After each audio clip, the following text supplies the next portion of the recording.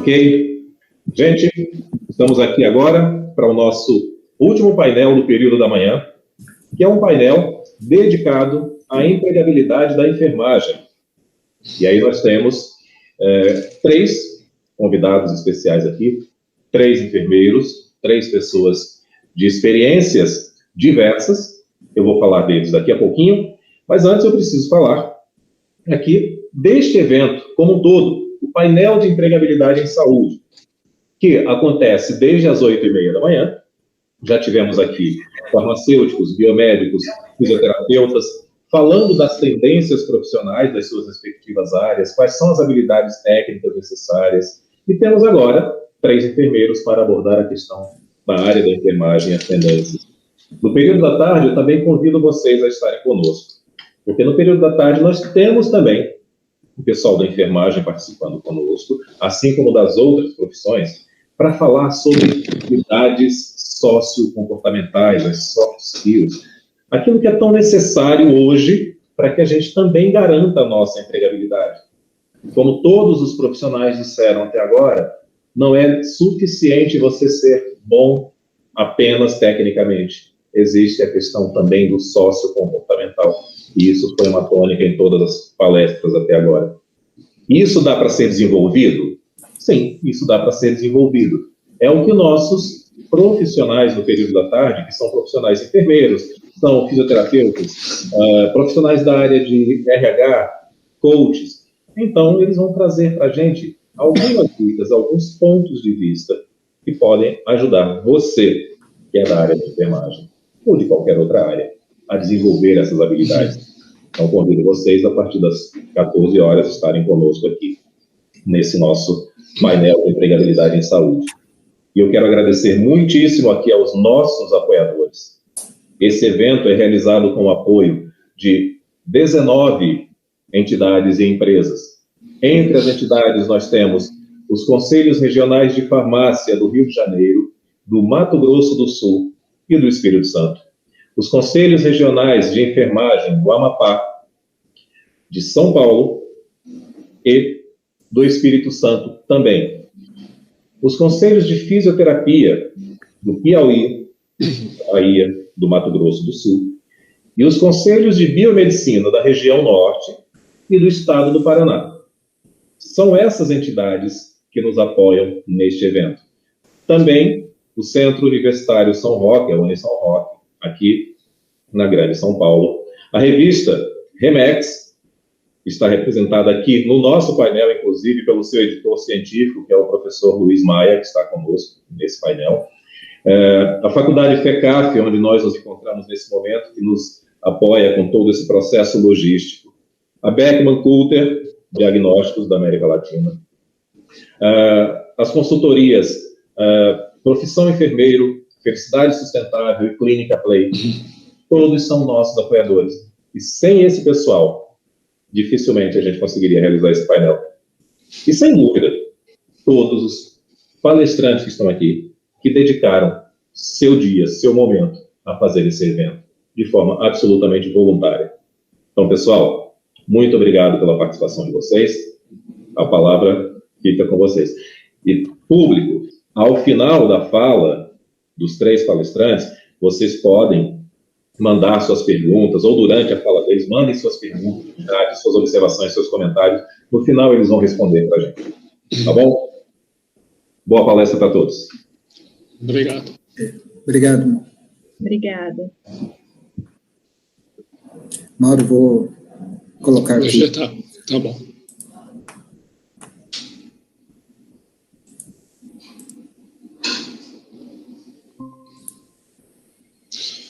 Consegue visualizar? Ok, está ótimo. Bom dia. Iniciar, então, o título Empregabilidade e Enfermagem, Tendências do Mercado de Trabalho. Bom, primeiro eu quero agradecer a participação, agradecer ao professor Francisco, ao Reinaldo, a participação com o Luiz Maia, com a Olívia, é uma satisfação. Para refletir brevemente sobre o tema empregabilidade, que é o centro da discussão na enfermagem, nós temos que fazer uma breve retrospectiva histórica, no sentido de que o presente ele acaba sendo explicado com muitas questões que ocorreram no passado. Quando você tem a ligação entre o passado e o presente, você consegue projetar algumas questões de futuro. Bom, para você começar a falar em enfermagem moderna, a enfermagem no mundo ocidental, evidentemente nós somos remetidos a Florence Nightingale. No mundo ocidental, quando você fala em enfermagem, é antes de Florence e depois de Florence. Por isso que ela é um marco que é considerado um marco da enfermagem moderna, da enfermagem contemporânea. Alguns falam da enfermagem no mundo capitalista. E Florence Nightingale, por que ela ganhou esse destaque? Primeiro, ela tem uma história pessoal, né, de uma família estudada. Ela nasceu em Florença, na Itália. Os pais ela dominava vários idiomas. Ela tinha um perfil para o tempo de ser mulher e um perfil na década do século XIX, 1800. Ela tinha uma característica muito diferenciada. Mas onde ela foi ganhar destaque? Ela foi ganhar destaque na Guerra da Crimeia, onde ela foi atender soldados feridos. A Guerra da Crimeia foi uma guerra devastadora, que a Inglaterra, aliada à Espanha e aliada à França, combateu o Império Russo na época. E nessa época, nós precisamos imaginar que não existia domínio de antibióticos, domínio de questões da microbiologia, de antisepsia, asepsias. Então, a gente não tinha o conhecimento que nós temos hoje. Então, era muito comum o soldado que vivesse a uma batalha e morria em função dos ferimentos, em função de complicações de contaminação. E ela faz um atendimento onde ela toma condutas que são básicas. Ela separava os feridos, ela controlava o sol, ela diminuía a concentração de pessoas, usava princípios de não cruzar patologias, coisas aparentemente simples, mas que diminuiu drasticamente o nível de mortalidade dos feridos. Ela escreveu um livro muito importante depois, chamado Notas de Enfermagem, que é traduzido para a língua portuguesa, já teve 2 traduções, onde ela mostra princípios que ela adotava. Se você observar, são princípios simples, mas que estão alinhados praticamente com toda a visão moderna hoje de antisepsia e asepsia. Outra coisa também que ela valoriza muito a participação feminina na força de trabalho, porque por ser uma mulher numa sociedade extremamente centrada no trabalho masculino, onde ela faz essa diferença, realmente ela tinha que ser especial. Quem tem a oportunidade de ir para a Inglaterra observa que a estátua da Florence, ela existe em mais de uma praça no mundo inglês, porque ela não se projetou somente na enfermagem. Ela foi uma brilhante estatística, ela foi uma pessoa que participou politicamente de vários eventos. Realmente é um modelo padrão Florence, por isso que veio o nome enfermeiro padrão, ou enfermeira padrão. Muitas pessoas falavam que de alto padrão não existe, porque se existe alto padrão, tem baixo padrão. A palavra padrão vem do padrão Florence Nightingale. E no Brasil isso também acaba tendo influências. E no Brasil também nós temos um marco de uma pessoa que marca a enfermagem moderna, não com a mesma intensidade de Florence, que é a Ana Nery. Ana Nery tem uma história particular um pouco diferente da Florence. Ela não tinha a formação científica, a formação intelectual da Florence. Ela era mãe de filhos militares que foram para a Guerra do Paraguai.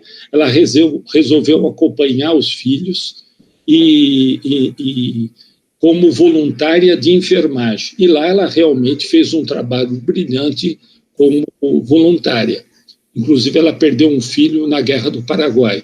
E aí ela foi uma pessoa que foi referenciada como uma pessoa que é o padrão da enfermagem brasileira, não com o mesmo padrão de Florence.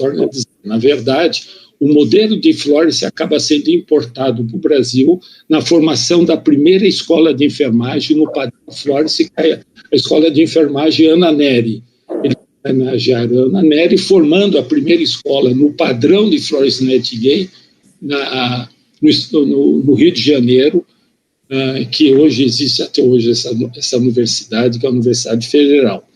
E essa primeira escola de padrão Florence, ela veio em 1923, numa época que as pandemias, as epidemias eram, lembra hoje, né? Eram extremamente avassaladoras. Então, nós tínhamos Oswaldo Cruz, Vital Brasil, nós temos vários sanitaristas, Carlos Chagas, e essas pessoas preocupadas pensaram em trazer para o Brasil um profissional que tivesse atuação na área preventiva, na área da saúde pública. Então, as primeiras escolas de enfermagem do Brasil foram formadas numa perspectiva hospitalicêntrica, numa perspectiva médico-cêntrica, mas sim numa perspectiva de preventiva, sanitarista. Essa era a grande vislumbre da atuação da enfermeira e do enfermeiro no Brasil.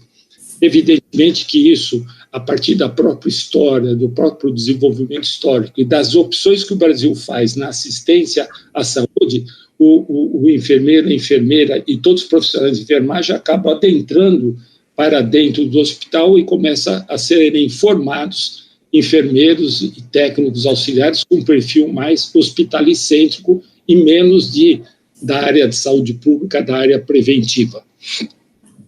Então, a primeira escola de enfermagem no Brasil, no modelo de Florence, foi formada em 1923 em função das influências dos sanitaristas, que tinham grande influência no Brasil, e os Estados Unidos têm uma grande participação. Praticamente, a escola Ana Neri, ela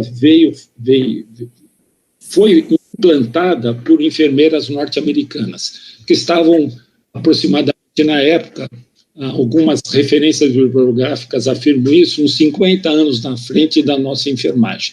Então, trouxeram um modelo altamente desenvolvido e implantado no Brasil em alguns nichos. Tanto é que depois eu vou fazer um breve comentário sobre o desenvolvimento do número de faculdades de enfermagem no Brasil. A gente vai observar que a influência da visão sanitarista, depois a influência da visão hospitalicêntrica influencia muito, inclusive, no desenvolvimento de número de faculdades de enfermagem no Brasil. Um outro dado referencial, eu tentei fazer uma linha de tempo para facilitar, foi a fundação da Associação Brasileira de Enfermagem, a ABEM, em 1926. Por que a enfermagem forma uma Associação Brasileira de Enfermagem? Porque o paradigma de profissão das enfermeiras norte-americanas é que não bastava ter só uma escola de enfermagem no modelo de Florence. Você tinha que ter uma associação de classe que reivindicaria pela categoria, brigaria pela categoria e agregaria a categoria, e você deveria ter uma revista científica que deu origem à revista da ABEM, Revista Brasileira de Enfermagem. Foi a primeira revista científica de enfermagem no Brasil. Esse modelo de ter uma escola universitária, de ter uma associação de classe, ou uma associação de enfermeiras e enfermeiros, e ter uma revista, era para você consolidar o perfil da enfermagem ser uma profissão. Essa estava no paradigma do que era profissão para essas enfermeiras norte-americanas que vieram para fundar a primeira escola de enfermagem no Brasil. A enfermagem, a enfermeira, eu vou usar no feminino, porque o homem não podia fazer enfermagem em 1923, era a enfermeira. A enfermeira, ela passa a ser considerada de nível superior só em 1962. Então, é uma profissão que tinha um perfil americano, que era de nível superior, mas só passa a ser considerada de nível superior pela lei no Brasil em 1962. O que essas escolas faziam, depois a Escola de Enfermagem da USP em São Paulo, era exigir o curso normal. Eles exigiam que as pessoas que entrassem as mulheres que entrassem para fazer enfermagem tivessem o curso normal completo. Uma outra coisa que também é paradigma para a enfermagem, que já é no século XX, foi em 1973, você vê que eu dou um salto, criação do sistema COFEM-COREM através da Lei 5.905 de 73. A criação do sistema COFEM-COREM foi uma luta para tentar organizar como a enfermagem iria se organizar, como ela iria melhorar de qualidade, de formação, para prestar uma assistência boa para o usuário, para o cidadão.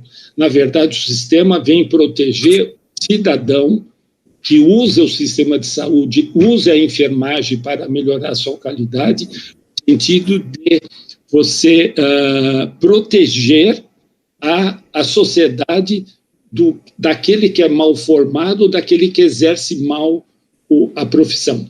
Então, os sistemas de fiscalização, eles não existem para valorizar o profissional, ele existe para proteger a sociedade dos profissionais que não são formados de uma maneira adequada ou que não têm uma postura ética, que não seguem o código de ética. Isso é muito importante e isso foi, na verdade, um embate que teve na época, porque alguns enfermeiros e enfermeiras achavam que tinha que ter um sindicato da enfermagem nacional e outra corrente achava que tinha que ter um sistema de conselhos federais e ganhou a corrente dos conselhos federais. Até porque quando ela foi formada nós estávamos sobre a égide militar, da ditadura militar, e eles queriam ter controle realmente, quanto mais controle tivessem de instituições, melhores para eles. Então, também isso não foi uma luta interna, também foi uma opção externa pela própria lógica que o Brasil imperava no Brasil na década de 70. Em 1986 também é um marco muito importante, que é a criação da Lei do Exercício Profissional. Por que isso foi importante para o profissional da enfermagem? Porque ele qualifica e ele quantifica as ações que cada membro da equipe de enfermagem pode praticar. Então, o que é privativo do enfermeiro, o que o técnico de enfermagem pode fazer, o que o auxiliar de enfermagem pode fazer, o que a obstetriz pode fazer. E foi um marco porque ela foi feita em 1986 e ela já previa como privativo para o enfermeiro ações que só mais tarde vão se consolidar, que é o diagnóstico de enfermagem, palavras que ficaram na lei muitos anos e só foram utilizadas depois de 10 anos, mesmo auditorias de saúde. Tem uma série de ações privativas do enfermeiro que demoramos para aplicar, na verdade, no cotidiano da enfermagem. E mesmo assim, hoje, em muitos locais de saúde, o próprio diagnóstico de enfermagem, a prescrição da enfermagem, a sistematização da enfermagem, existem dificuldades para serem implantadas com qualidade. Então, é uma lei que, embora tenha sido feita, ela teve grandes dificuldades. Um paralelo que eu gosto de fazer com essa questão histórica são as questões, algumas informações mais até quantitativas sobre o ensino superior. Só para vocês terem uma ideia, em 1933, nós somente tínhamos duas escolas de enfermagem públicas, uma no Rio de Janeiro e outra praticamente em São Paulo. Existiam algumas particulares, mas que não tinha o padrão da Florence Nightingale dentro da lógica do padrão Florence Nightingale. E em 1933 nós tínhamos essas duas escolas, que elas eram praticamente descoladas da própria enfermagem que era praticada no cotidiano, porque elas formavam uma média de 30 enfermeiras por ano, 40 enfermeiras por ano. E quem praticava a enfermagem era o atendente hospitalar, que foi extinto só na década de 80, era o auxiliar de enfermagem, não existia técnica, existia outras categorias chamadas práticos de enfermagem ou enfermeiros práticos. Então você tinha uma formação diferenciada em duas grandes escolas e uma prática toda mergulhada nas ações de enfermeiros práticos de enfermagem e atendentes hospitalares. Esse era o grande cenário que existia na enfermagem na década de 30. E essas enfermeiras, elas tinham uma formação mais voltada para a área preventiva, para a área de saúde pública.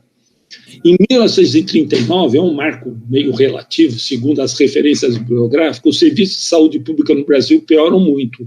Começa a ter, as grandes epidemias começam a ser saneadas, o sistema de exportação de mercadoria pelos portos de Santos, alguns portos importantes do Brasil começam a escoar sem o risco de transferir epidemias. Com o problema saneado, o sistema de saúde começa a se modificar. Entre a década de 40, né, de 40 para 50, a gente percebe que existe mais 23 escolas de enfermagem.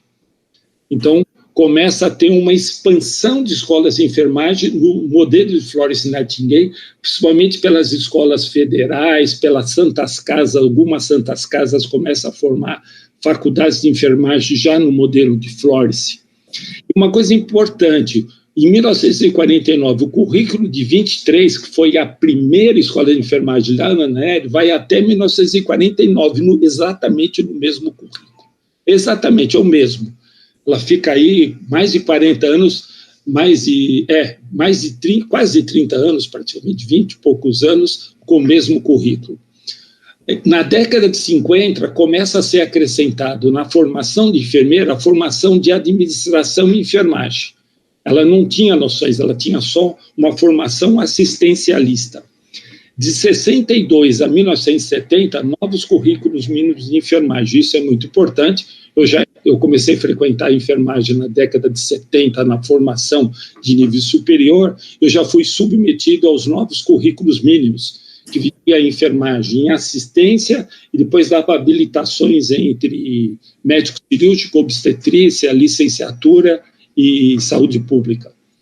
De 1975 a 1979, já existiam 32 cursos de enfermagem, considerando que existia um curso em alguns estados, não todos, e na grande região sudeste já existia a Faculdade Adventista, a Santa Casa, a Escola Paulista já tinha, a USP, dá para você enumerar algumas escolas, mas o total eram somente 32 cursos. De 1970 a 1999, durante 30 anos, permaneceram 113 cursos. Olha que interessante. 113 cursos. Eu me lembro que quando eu escutava falar em 113 cursos de enfermagem, eu já achava muito, porque você vê, entre 70 a quase 2000, permaneceu esse patamar, não passava de 120 cursos de enfermagem. Agora, aqui começa a ter uma coisa que é uma coisa que a gente precisa discutir como acadêmico, como enfermeiro, como formadores. De 2000 a 2012, de 183 cursos, passa para 867 cursos. É uma explosão enorme. Isso está documentado no perfil da enfermagem, feito em 2013 pela Fiocruz e pelo COFEM.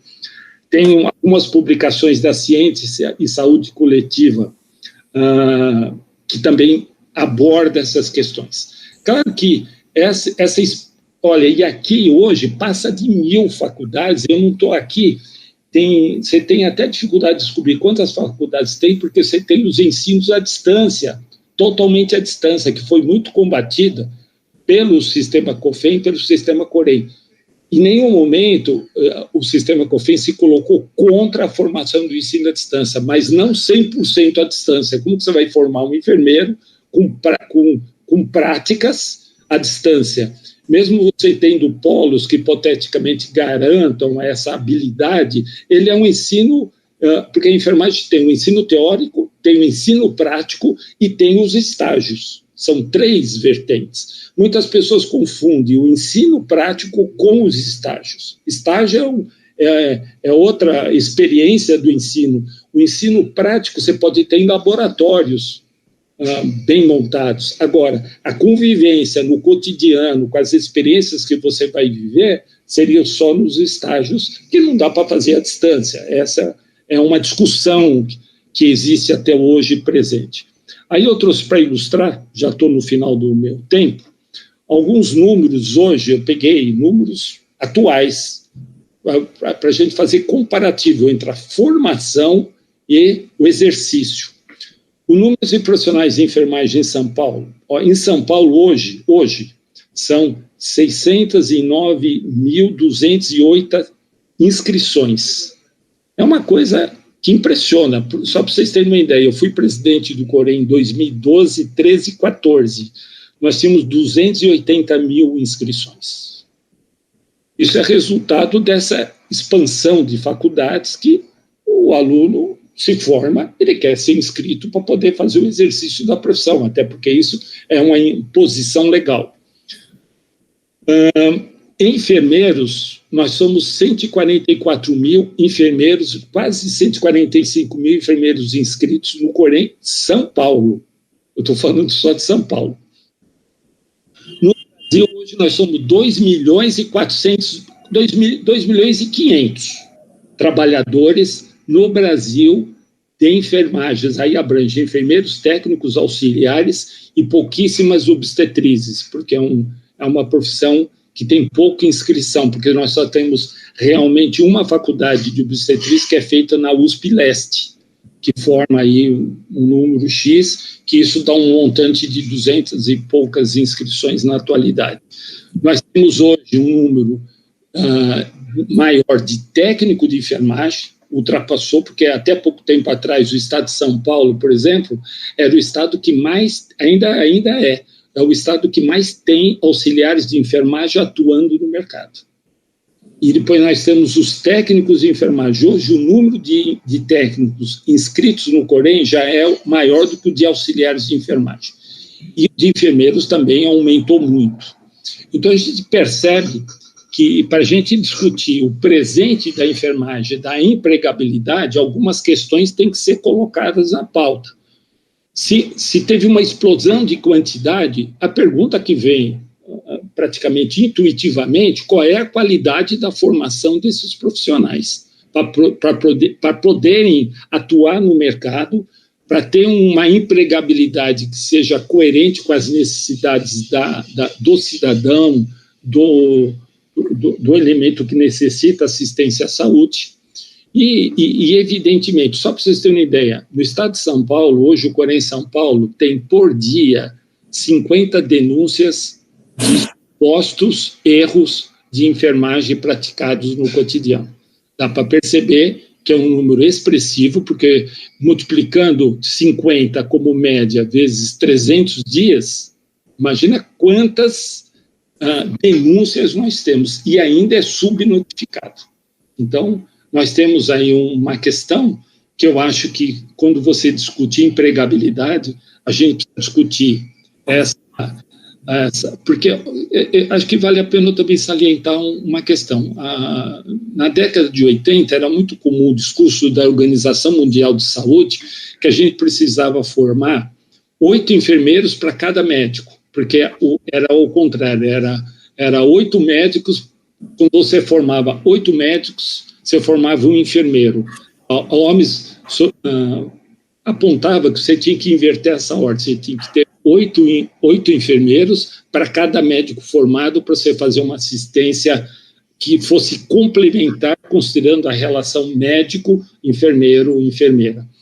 Mas, como se a quantidade, porque quando falava em quantidade, todo mundo imaginava que seria a quantidade no padrão de Florence, no padrão que realmente fosse atender às necessidades da população. Só que esqueceram do item qualidade.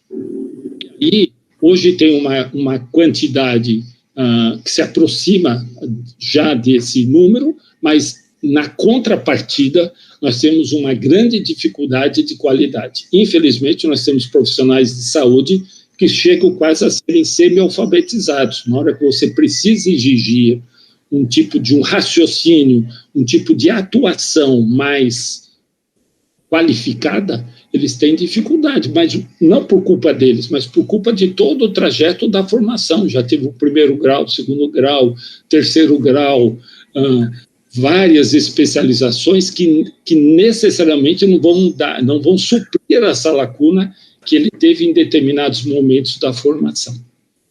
Basicamente, é esse que eu tinha que falar. Obrigado pela atenção. Eu coloquei meu e-mail na tela. Se alguém quiser questionar, quiser fazer alguma questão, à disposição, eu respondo. Às vezes eu demoro um dia, mas geralmente eu respondo rápido as questões.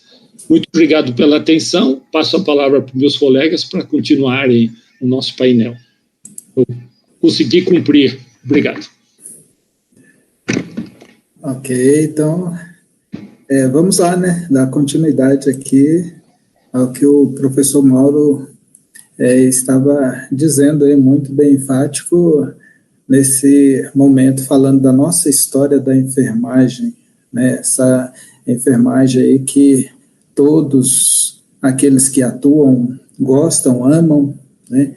Embora a gente já ouviu algumas coisas dizerem que lá atrás a enfermagem era feita com amor, né? Nós estamos no século XXI, continuamos fazendo com amor, mas só que hoje nós temos aí as técnicas, tudo, e nós também precisamos, né, sobreviver.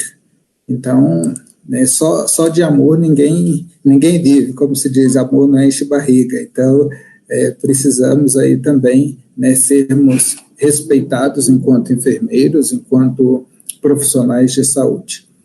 E eu vou, né, falar aqui exatamente sobre, né, um pouco essas tendências do mercado, né, aí, e as suas habilidades, né, necessárias para o desenvolvimento nosso aí do dia a dia. Então, mais uma vez, eu agradeço aqui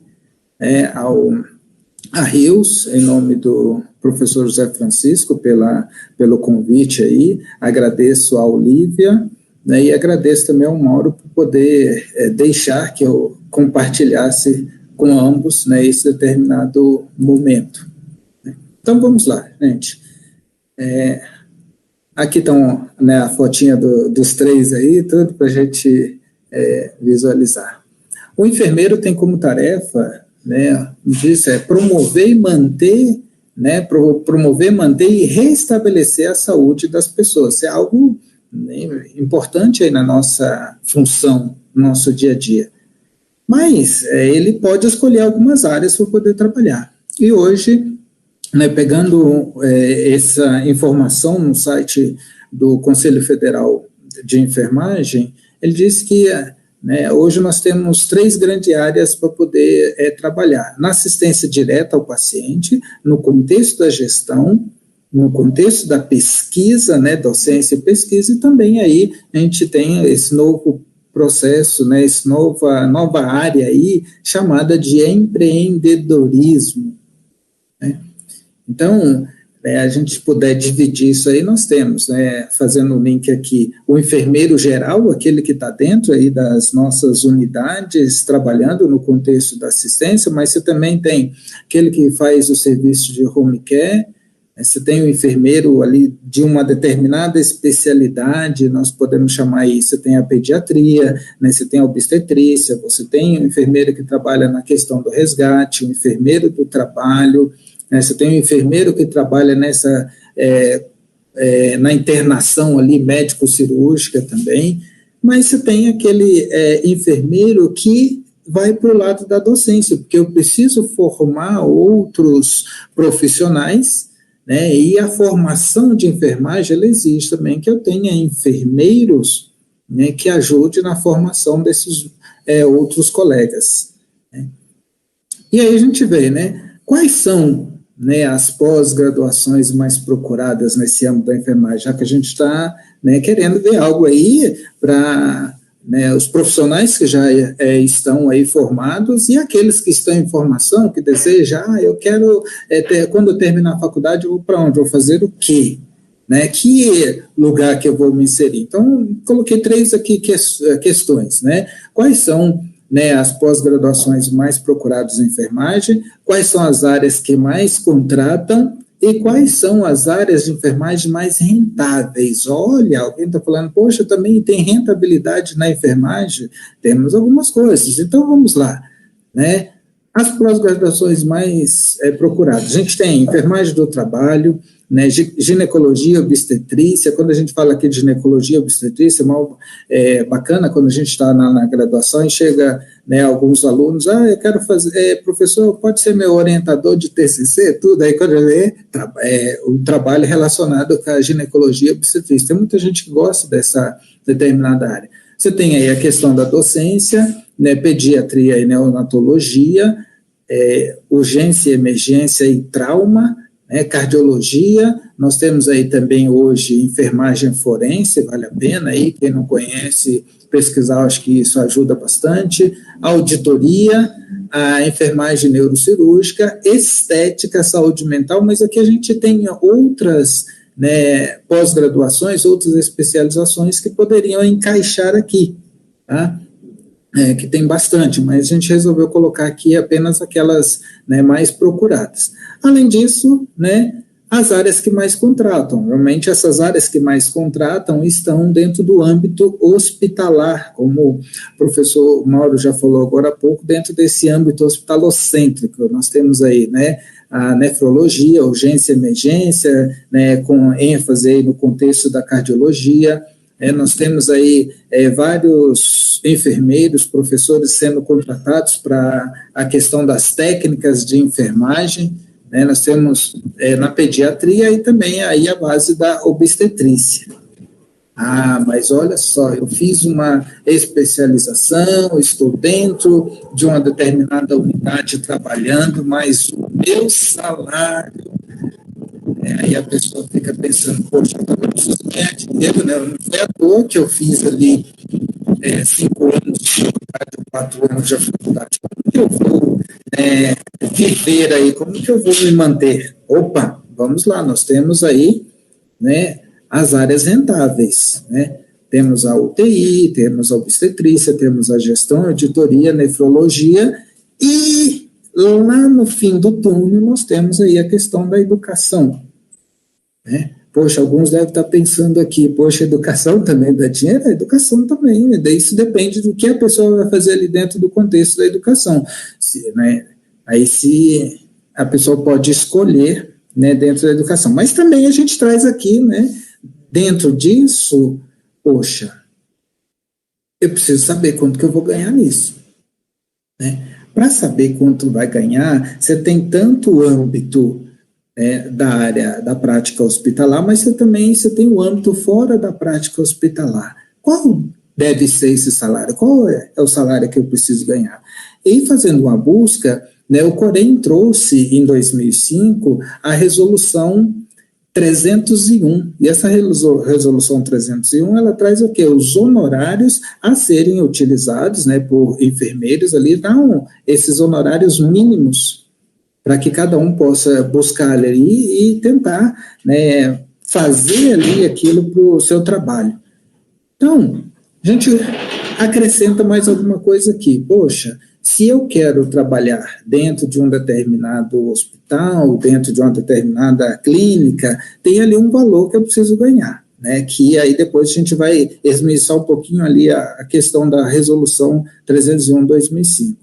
Então, hoje a gente tem aí uma média mais ou menos do salário do enfermeiro no Brasil, que a gente começa ali com 2.979, né, quase R$3.000, né, e isso aí tem alguns estados que pagam isso, como Mato Grosso, Rio de Janeiro, São Paulo, mas a Fiocruz, juntamente com o COFEM, foi feita uma pesquisa, né, e dentro dessa pesquisa, notou que o quê? 36% dos enfermeiros, naquela época, eles informaram que ganhavam em torno de R$3 a R$5.000. Mas olha só ali uma coisa bacana, né? Juntinho, bacana, eu estou falando aqui, mas de repente pode não ser, na visão de outras pessoas, né? 35% disse que seu rendimento mensal está entre R$1.000 e R$3.000. Nós estamos falando aqui do enfermeiro, aquele que, né, ficou aí 5 anos dentro de uma faculdade, 4 anos dentro de uma faculdade estudando, depois foi fazer uma pós-graduação, né, aí hoje nós temos mestrado, doutorado, poxa, mas para ganhar entre R$1.000 e R$3.000 né, crítico demais isso nesse nosso país, que é de dimensão continental. Então, é preciso ter um olhar a mais, por isso que hoje nós estamos aí questionando, né? Não basta apenas nós recebermos palmas todo final de plantão, ou uma vez por semana, ou consequentemente, se a gente não olhar, né, essas outras peculiaridades que existem no âmbito da enfermagem para sustento desse enfermeiro.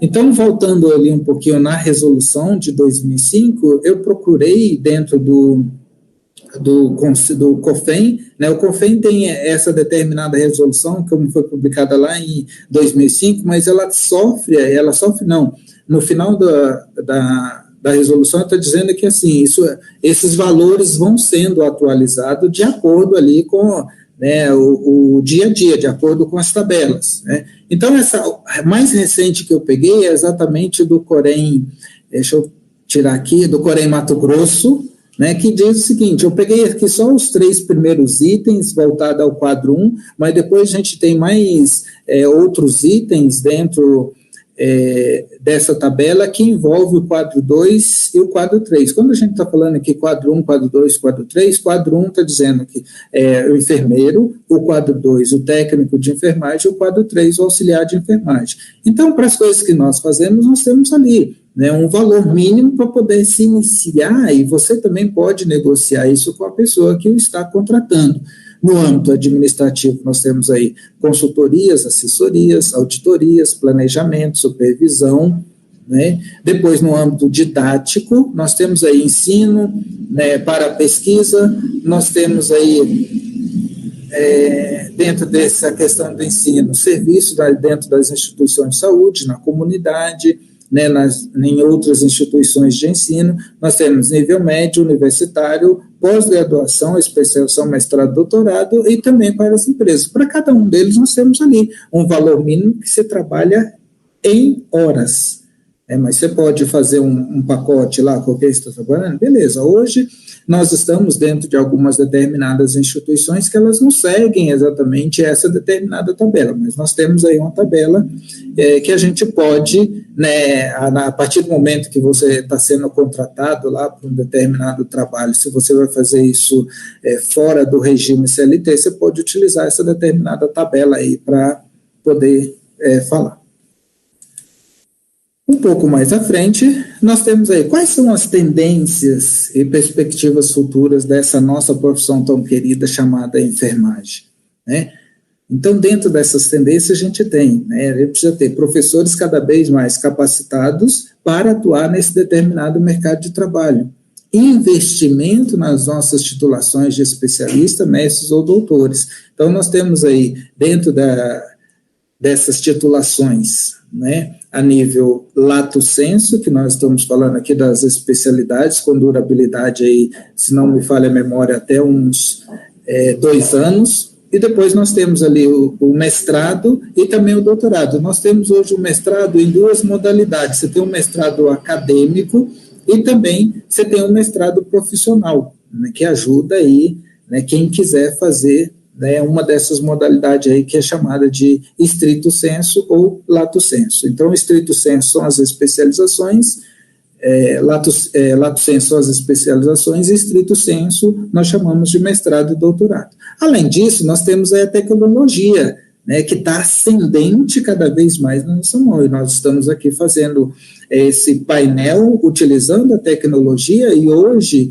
já se tem aí a medicina, né, que utiliza também esse processo tecnológico, e tem alguns enfermeiros que estão inseridos também nesse mercado, de fazer algumas avaliações, a tão chamada telemedicina. Aumento das vagas aí no contexto da rede privada, recentemente nós temos visto bastante isso aí, devido às condições epidemiológicas existentes no país, e ainda temos diversos locais no país que precisam de profissionais, precisam de enfermeiros, né, Crescimento na área de gestão. Quando eu falo aqui crescimento na área de gestão, quando conversando com a Olívia e o Mauro, eu até citei um exemplo do município de Carapicuíba, né? Hoje, dentro das unidades básicas de saúde do município de Carapicuíba, se não me falha a memória, acho que são uma ou duas que ainda não tem enfermeiro como gestor.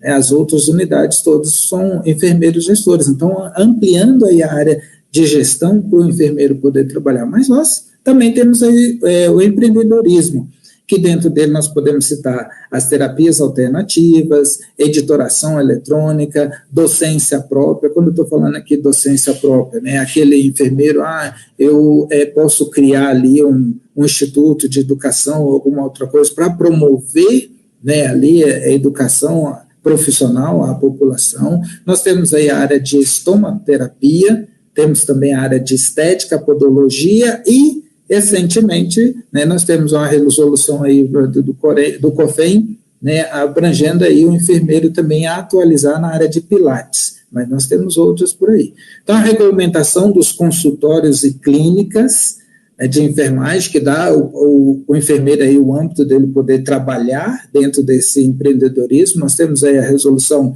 568 de 2018, que depois ela foi aí acrescentada com alguns anexos na resolução 606/2019, né, ajudando aí cada vez mais o enfermeiro. E para esse enfermeiro, com todas essas tendências, perspectivas, ele precisa ter o quê? Autonomia, né, autonomia profissional para atender essa determinada clientela dele. Aonde? No âmbito individual, coletivo ou domiciliar. Né? Olha quanta coisa o enfermeiro pode aí trabalhar. Mas para isso, ele precisa ter uma das coisas que nós chamamos de competências. Quais são essas competências aí advindas para o enfermeiro? Ele precisa ter, né, ali atenção à saúde. Mas também ele não pode deixar de fazer o quê? De entrar ali com cuidado, né? O cuidado àquela determinada pessoa, o cuidado à outra pessoa. A responsabilidade é algo importantíssimo dentro desse determinado enfermeiro, né? Nós chamamos aí também o contexto da organização, né? Isso ajuda a enfermeira. Às vezes a gente está lá nas unidades e fala, poxa, esses enfermeiros são muito metódicos, negócio de tudo ali certinho, assim, né? Organizado. Né, mas não esquecemos do que o professor Mauro nos disse, né, o contexto da ética, respeito, né, ali, lealdade, valores, direitos, mas a gente diz que é o seguinte, ninguém faz nada sozinho, por isso que nós estamos aqui hoje nesse painel, né, professor Mauro, professor Olívia e eu, e os demais componentes da RIOS, né, aí participando desse painel, e quem está fora, né, os ouvintes também. Então, a gente vê que não fazemos nada sozinho, o trabalho em equipe ele é importante. Mas o enfermeiro tem liderança, né, porque sozinho ninguém chega a lugar algum. Mas, além disso, a gente precisa também da comunicação, né, que seja aquela comunicação direta ali entre enfermeiros e os seus colaboradores e também os outros integrantes da equipe. Lembrando que o enfermeiro não trabalha sozinho aí nesse meio. Mas a gente precisa ter o quê? Né? Controle e estabilidade. A gente colocou aqui a imagem do avião aqui, é bacana quando você está, né, levantando voo, mas depois chega naquela hora que você está levantando voo, dá assim aquele frio, né, na barriga, tudo, e será que vai, né? Chega um determinado momento que o avião entra em estabilidade, ele entra em controle, né, a gente consegue até andar dentro do avião, passear ali, coisa bacana, né? Então, o enfermeiro também precisa ter essa estabilidade e controle, trabalhar com eficiência, mas também, né, trabalhar ali com respeito, né? Então, a gente até colocou essa frase que respeito é uma via de duas mãos. Para ganhar o respeito, precisa mostrar também ali a questão do respeito. Mas a gente traz uma outra coisa chamada de empatia, né? E nós estamos vivendo um momento que, assim, as pessoas não estão sendo, assim, totalmente, né, tendo essa empatia para com os outros. Então, que sai essa imagem que a gente vê agora, né? ali do uso da máscara. Nem todo mundo, né, e quando a gente está falando que nem todo mundo, isso também envolve profissionais de saúde, acham, né, que no momento que estamos vivendo agora de pandemia, não é necessário o uso da máscara. Sim, é necessário o uso da máscara, né? Muitos pesquisadores estão aí falando para nós sobre isso, né? Então, quando você utiliza ali a máscara, você está cuidando de você, mas também está cuidando do outro. Então, essa empatia, né, faz parte do nosso contexto. Mas lembrar que, assim, conhecimento técnico, né? Isso ajuda muito nas atividades em que fazemos. E não esquecer que a gente precisa fazer um aprendizado contínuo. Sempre é preciso, né, eu voltar ali para o banco da escola para poder aprender, ou de repente utilizar o sistema online para poder aprender mais um pouco. Olívia, já estou quase terminando, tá? Mais uma meia hora, não, brincadeira. Capacitação, né, ela é sempre importante. Então, as áreas de enfermagem, ela exigem de nós, né, ali, ela exige enfermeiros capacitados, né, para atender aí diversos grupos de pessoas, diversos grupos de pacientes. Precisa buscar qualificação profissional, que é muito importante no nosso meio, né? E aí, além dessa qualificação profissional, a gente encontra, depois da qualificação profissional, a gente encontra melhores oportunidades de trabalho, né? Além de adquirir, né, ali mais conhecimento relacionado à área. Uma outra coisa, né, que a enfermagem, a gente tem visto essa inovação constante, e nos últimos tempos, aí, o que tem aparecido para nós também, chamada de inteligência artificial, nós utilizando aí esse contexto da tecnologia a nosso favor também. Então, para se dar bem no mercado, principalmente esse mercado de trabalho da enfermagem, é importante aceitar a interferência também da tecnologia no nosso meio. Imagine, né, professor Mauro, professora Olívia e eu, professor Francisco e os demais da Rio, se a gente não aceitasse que essa tecnologia interferisse no nosso meio, nós não estaríamos aqui nesse exato momento, né? A gente traz um link aqui que fala sobre esse contexto, né, que amplia aí as áreas de atuação da enfermagem, que foi publicado pelo COFEM. Então, chegando a esse final, eu agradeço aí, né, ao professor Francisco, a Rios, né, a Olívia e ao Mauro por deixar eu fazer parte desse momento, e fica aqui, né, o e-mail, caso alguém precise de alguma informação, estamos aí para contribuir. E eu passo a palavra aqui à Olívia, que vai falar mais um pouquinho aí nesse nosso painel relacionado com a enfermagem. Obrigada, Luiz. Quero agradecer também a oportunidade, né, de estar aqui dividindo esse painel com os colegas, Luiz e Mauro, agradecer a Rios pelo convite, e vamos continuar falando nessa vertente, né, relacionado à questão da formação.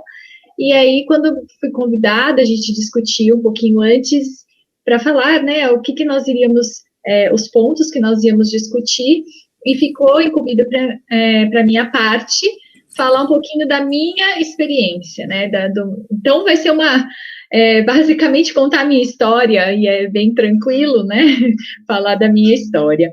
Eu vou, então, apresentar aqui meus slides, para que vocês possam acompanhar.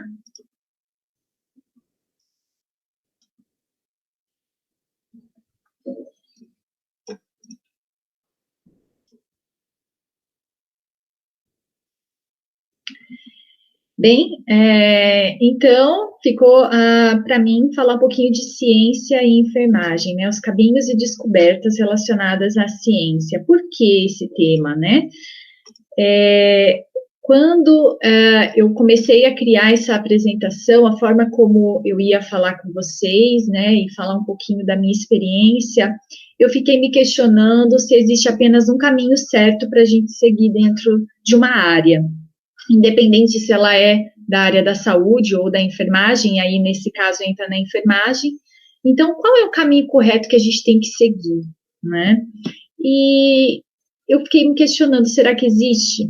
Eu acredito que no decorrer da nossa discussão aqui, a gente pode, então, tentar chegar num consenso sobre isso. Então, antes da enfermagem aparecer na minha vida, será que eu também já sabia onde eu ia chegar? Será que eu tinha ideia de onde eu ia estar hoje, né?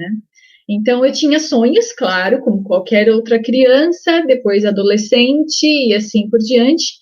Não tinha ideia da enfermagem, né? Porque eu, na minha grande família, eu era a única que tinha se interessado pela enfermagem, então não tinha ninguém que eu pudesse olhar, projetar e falar, poxa, eu quero ser enfermeira, né? E aí eu já vou explicar como que a enfermagem surgiu na minha vida. Mas uma coisa eu tinha ideia, que eu queria ser professora. Então, as minhas brincadeiras, elas estavam sempre voltadas para a educação. Eu tinha exatamente essa foto, né, representa a mim. Por quê? Porque eu colocava todas as minhas bonecas, tinha uma lousa, né, e eu, então, ensinava as minhas bonecas. Era uma forma que eu tinha para estudar, desde pequena, e eu gostava muito de ensinar. Mas eu não conhecia muito esse trajeto, e ao longo da minha vida eu descobri que é um trajeto que ele é mais longo, né, e que você sobe bem devagarzinho. E para você chegar lá, alcançar o seu objetivo, aquilo que você quer como meta, que no caso da área da educação, né, chegar no auge da área da educação, é um caminho que demanda tempo. E eu fui descobrindo isso ao longo da minha vida, né, de formação. Então, a minha trajetória profissional, eu comecei a trabalhar aos 14 anos, 14 para 15 anos, numa clínica veterinária, e logo depois surgiu a oportunidade de eu trabalhar numa escola de cursos técnicos, como auxiliar administrativo, e foi aí que eu tive contato com o curso técnico de enfermagem. Dentro das minhas atividades, eu era a responsável por digitar as apostilas da área da saúde, né? Então, no caso, a enfermagem. E eu fui me interessando pelo assunto, né? E aí, conversando com o professor, né, coordenador do curso de enfermagem, ele falou assim, por que você não faz o curso técnico de enfermagem e você tenta descobrir a área da enfermagem na sua vida? Eu falei, mas eu gostaria de ensinar, eu gostaria de ser professora. Ele falou, mas você pode ser professora de enfermagem. E aquilo me chamou a atenção. Então, eu fiz o curso na época de auxiliar de enfermagem e trabalhei, logo depois que eu terminei o curso, trabalhei como auxiliar de enfermagem em enfermaria e centro cirúrgico. E imediatamente me apaixonei pela profissão, né, pela forma como a profissão ela é arranjada dentro do sistema de saúde, né, nessa questão de olhar o indivíduo como um todo, de uma forma holística, e emendei com a faculdade. Então, eu fiz a graduação de enfermagem, praticamente já finalizando o curso auxiliar, entrei na faculdade, e dentro da faculdade aconteceu uma coisa que eu não esperava, né? Então, eu fiz o meu primeiro ano de faculdade, trabalhando como auxiliar de enfermagem, e logo em seguida eu me descobri tendo fisiologia, tendo anatomia, e eu descobri que eu tinha vontade de aprender mais sobre isso. E a maioria dos professores que davam aula para mim não eram enfermeiros da parte básica, né? E isso me chamava atenção. Falei, puxa vida, né? Toda vez que eu converso com alguém que está ensinando fisiologia, está ensinando anatomia, eles são de outras áreas da saúde. São dentistas, eles são biomédicos, né? E eu fiquei, será que eu estou tendo um raciocínio correto? Será que eu estou querendo a profissão correta? Se eu gosto dessa área? Será que eu tenho que fazer biomedicina para estar dentro da fisiologia, estar dentro da anatomia? E isso me chamou a atenção. Como eu tinha uma relação muito bacana com os meus professores, eu sempre tinha uns momentos pós-aulas de conversa, de filosofia sobre a graduação ou profissional, né, que eu sugiro que quem está estudando tenha, assim, essa relação com seus professores, porque é muito sadia, né. Um professor que é referência para mim sempre, né, até hoje, tenho contato, eu falei para ele, olha, professor, eu acho que eu estou escolhendo a profissão errada, porque eu gosto tanto de fisiologia, eu quero estudar tanto sobre isso, e eu estou fazendo enfermagem, mas eu não tenho referência de um profissional enfermeiro ensinando sobre isso. Aí ele disse para mim, bom, para você ser professora dentro de uma universidade, você precisa seguir uma carreira acadêmica. Aí eu disse, ok. Ele falou assim, por que você não ser, então, enfermeira ensinando fisiologia, se é o que você gosta? Termine sua faculdade, faça a sua faculdade, porque quando você terminar a sua faculdade, você vai poder se especializar no que você quiser, né? E aquilo me chamou a atenção, ele falou, você gosta da enfermagem, você tem perfil, então continue dentro da sua área e faça, então, a especialização que você gosta, né, que você deseja, que você se identifica. E aí, nesse final de primeiro ano da faculdade, surgiu a oportunidade por esses professores que eu conversava de fazer um curso de verão em Fisiologia Humana na USP. E eu, então, me inscrevi, passei no processo seletivo, né, no processinho que eles fazem, e iniciei, então, a minha iniciação científica dentro do Instituto de Ciências Biomédicas na USP. E lá eu permaneci por muitos anos, né? Então, eu fiz a minha iniciação, perdão? Só um minutinho, o pessoal está falando que os seus slides não estão sendo projetados. Só um minuto, então.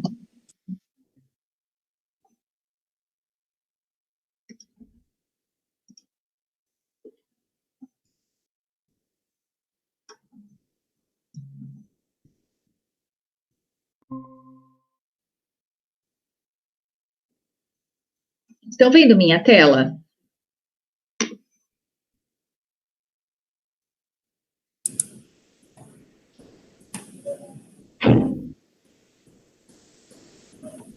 Conseguem ver? Espera só, tá abrindo ainda.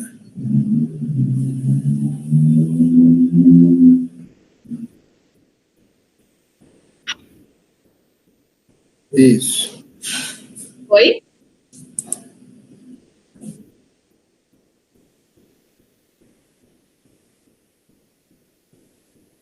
Isso, não está aparecendo os slides, hein?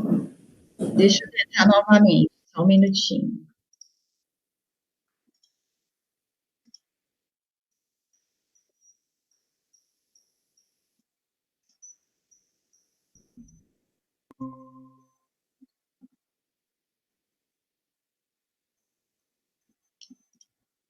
E agora?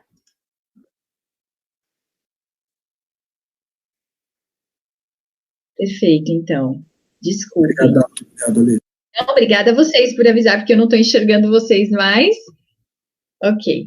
Então, eu fiz esse percurso didático, mas não muda muito sobre a história, né? Mas para vocês poderem acompanhar o raciocínio.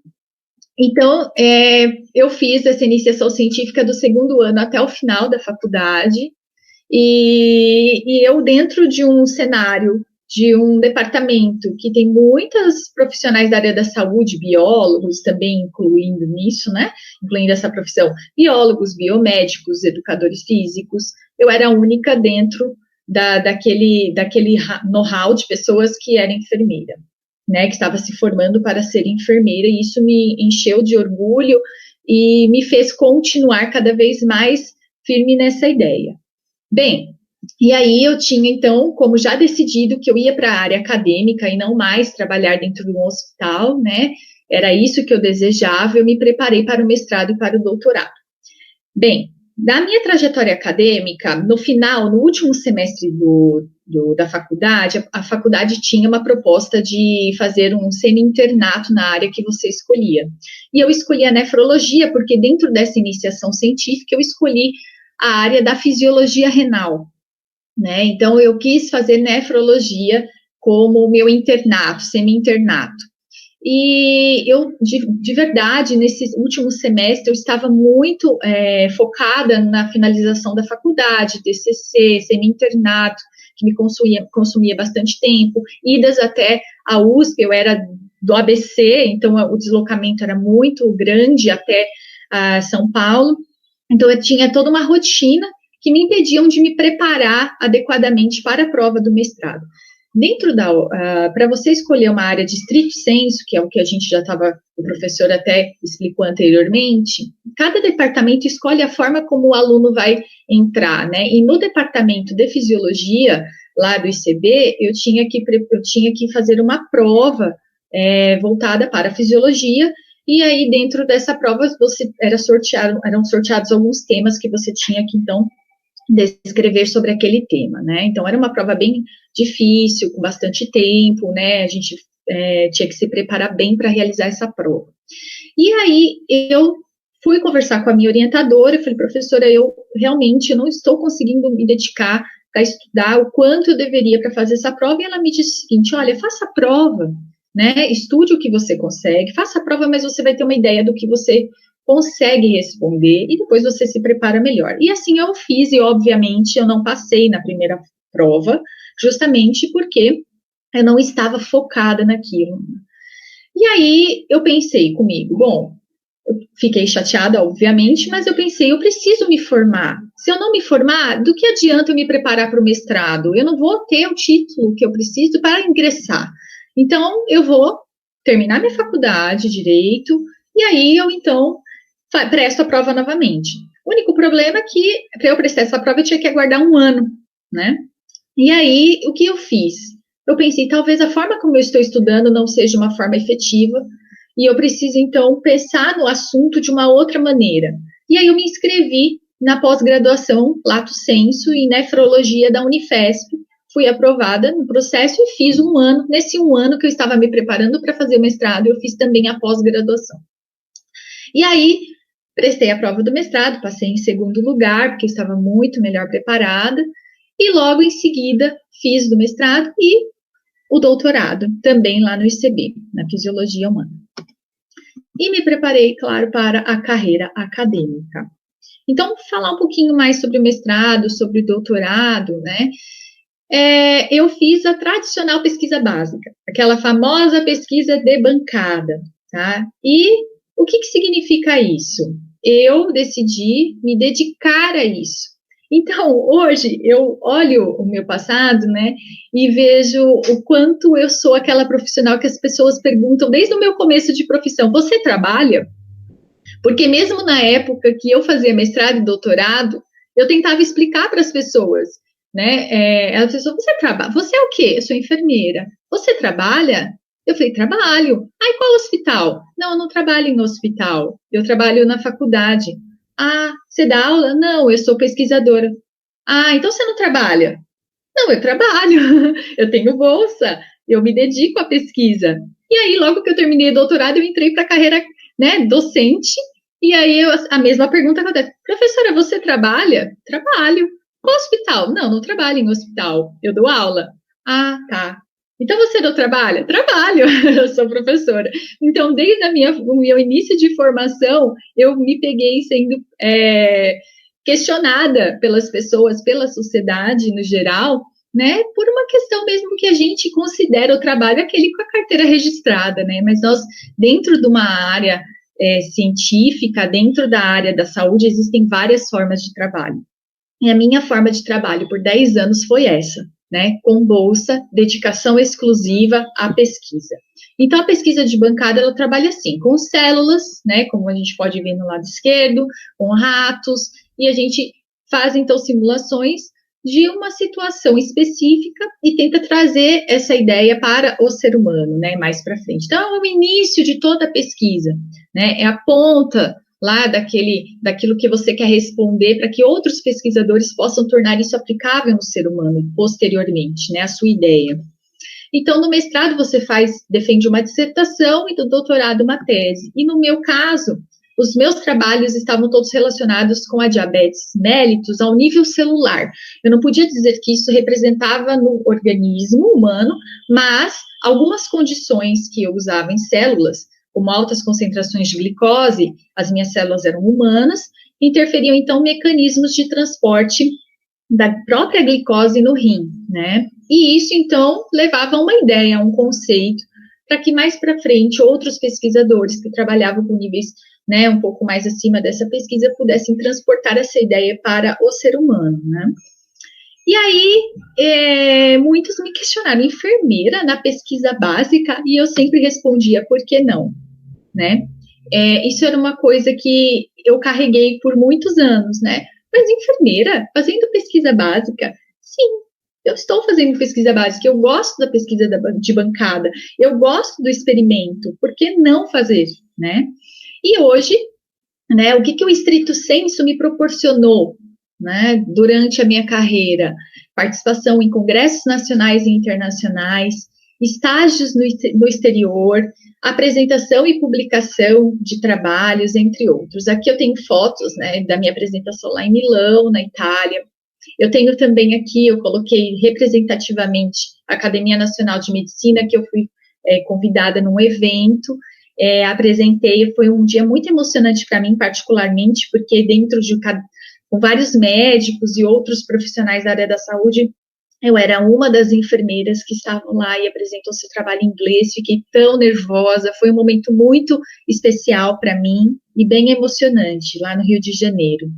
E também pude fazer um estágio na Universidade da Califórnia, em Los Angeles, né, fui recebida lá também para estudar um pouquinho mais, entender os processos de transporte, né, de glicose nos rins, e foi uma experiência maravilhosa, tanto na questão do idioma, quanto também na questão da troca de conhecimentos, né, da oportunidade de estar em outro país e ver como se faz pesquisa de bancada lá também, e foi muito bacana. E hoje, né, será que eu parei de estudar? De jeito nenhum. Hoje eu sou professora, coordenadora de curso, mas eu continuo estudando. Todo esse conhecimento que eu tive com o stricto sensu, lato sensu, me proporcionaram a ida para uma outra área, né, como o professor Luiz colocou na apresentação dele, uma área também que está voltada cada vez mais para a parte empreendedora, que é a podiatria clínica, que é exercida por enfermeiros, o público-alvo, né, basicamente são pessoas que precisam, né, de um atendimento mais específico para os cuidados com os pés, porque possuem doenças crônicas, complicações na pele, né, unha, por exemplo, pacientes com diabetes, pacientes com comprometimentos circulatórios, cardíacos, né, e também idosos. Então, aqui eu trouxe, né, eu acabei de me formar, acabei de terminar o curso em habilitação em podiatria, então continuo estudando, é uma área que me chama a atenção, cuidar de pacientes idosos, crônicos, é uma área que eu sempre gostei, como vocês puderam perceber, mas eu fiz um caminho diferente, né, eu comecei pelo stricto sensu, para então chegar numa área de habilitação que eu me identifico, como a podiatria clínica. E os congressos? Vocês podem estar se perguntando, poxa, mas agora já faz mais de 8 anos que eu estou na área acadêmica, que eu sou docente, e os congressos eu continuo, só que ao invés de eu ser aluna hoje, eu levo os meus alunos comigo. Então, eu tenho alunos que apresentam em congressos aqui dentro do país, já pude estar com um grupo de alunas em Roma, apresentando também esses trabalhos, então, para mim é um orgulho muito grande ter seguido esse caminho e poder também despertar nessas pessoas, nesses alunos, esse mesmo caminho de pesquisa, de inovação, de interesse, de questionamento sobre as atitudes do dia a dia, sobre as habilidades que a gente tem que desenvolver no dia a dia, e as técnicas que a gente pode, então, desenvolver, né, e tornar isso público, de certa forma, levar para que outras pessoas também possam entender o que a gente realiza, o trabalho que a enfermagem faz, que não necessariamente ele é só assistencial, ele pode ser também olhado de uma outra forma, também numa pesquisa básica, também levando a indagação do que a gente faz no dia a dia e levando isso para discussão, porque isso é o que o Congresso faz, a gente leva as nossas ideias para que possamos discuti-las com outras pessoas, também enriquecer nosso aprendizado, enriquecer a nossa profissão. E aí eu volto com aquela pergunta, né, do início, existe apenas um caminho certo para a gente seguir dentro de uma profissão? De forma nenhuma, né, a gente tem que ter uma ideia apenas de onde nós queremos chegar. Quais as habilidades que eu tenho, quais as competências que eu tenho, né, e o que eu posso melhorar, onde eu posso moldá-las para que eu possa, então, levar isso para a comunidade, ultrapassar os muros do conhecimento da faculdade e levar isso adiante para a comunidade. Tá bom? Então, hoje era o que eu tinha para apresentar também. Agradeço muito a oportunidade. Segue o meu e-mail também. Quem quiser entrar em contato comigo, quiser saber um pouquinho mais sobre o assunto. Muito obrigada. Perfeito, perfeito, ótimo. Bom, a gente estourou um pouquinho aqui na apresentação. A gente estourou um pouquinho aqui do nosso tempo, mas eu gostaria de agradecer aqui de público, né, o doutor Mauro por estar aqui conosco, por se dedicar, né, se destinar a estar conosco aqui, representando não apenas ele, mas o Corém São Paulo, né, na condição de segundo secretário do Corém. Quero agradecer ao professor Luiz Maia, coordenador do curso de enfermagem lá da Estácio, em Carapicuíba, né, e também editor da Remex, que está aqui nos dando apoio nesse evento. A professora Olívia, por ter compartilhado conosco esse histórico, essa história de vida, essa trilha que mostra que o enfermeiro tem possibilidades diversas, imensas, como, aliás, todos os demais profissionais da área de saúde. Então, eu convido aos que estão nos assistindo para que nos acompanhem no período da tarde e ouçam um pouquinho também das questões relativas às habilidades sociocomportamentais. Nossos debatedores aqui falaram bastante de habilidades técnicas e comentaram também sobre habilidades sociocomportamentais. Então, essas duas habilidades, as técnicas e as sociocomportamentais, definem a empregabilidade de um enfermeiro, de um fisioterapeuta, de um biomédico, de um farmacêutico, como já foi dito aqui. Então, meus caros, muitíssimo obrigado pela participação de vocês e deixo aí a última palavra para que vocês se despeçam do nosso público.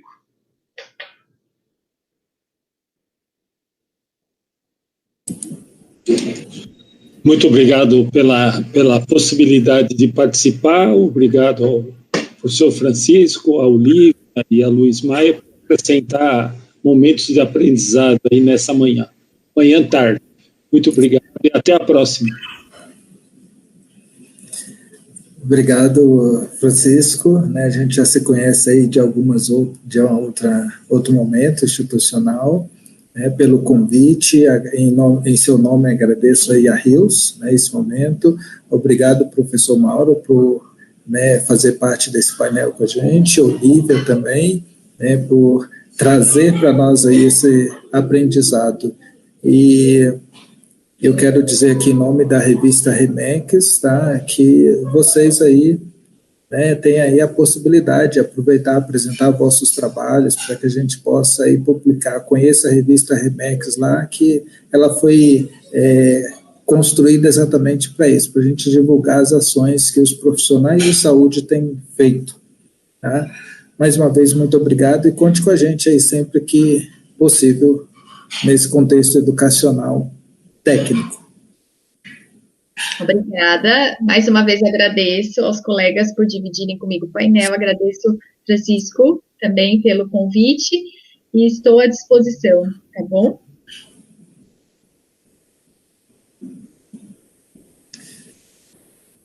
Tchau, tchau. Então, gente, nos encontramos às 14h, voltando aqui no painel da empregabilidade em saúde. Aguardo vocês.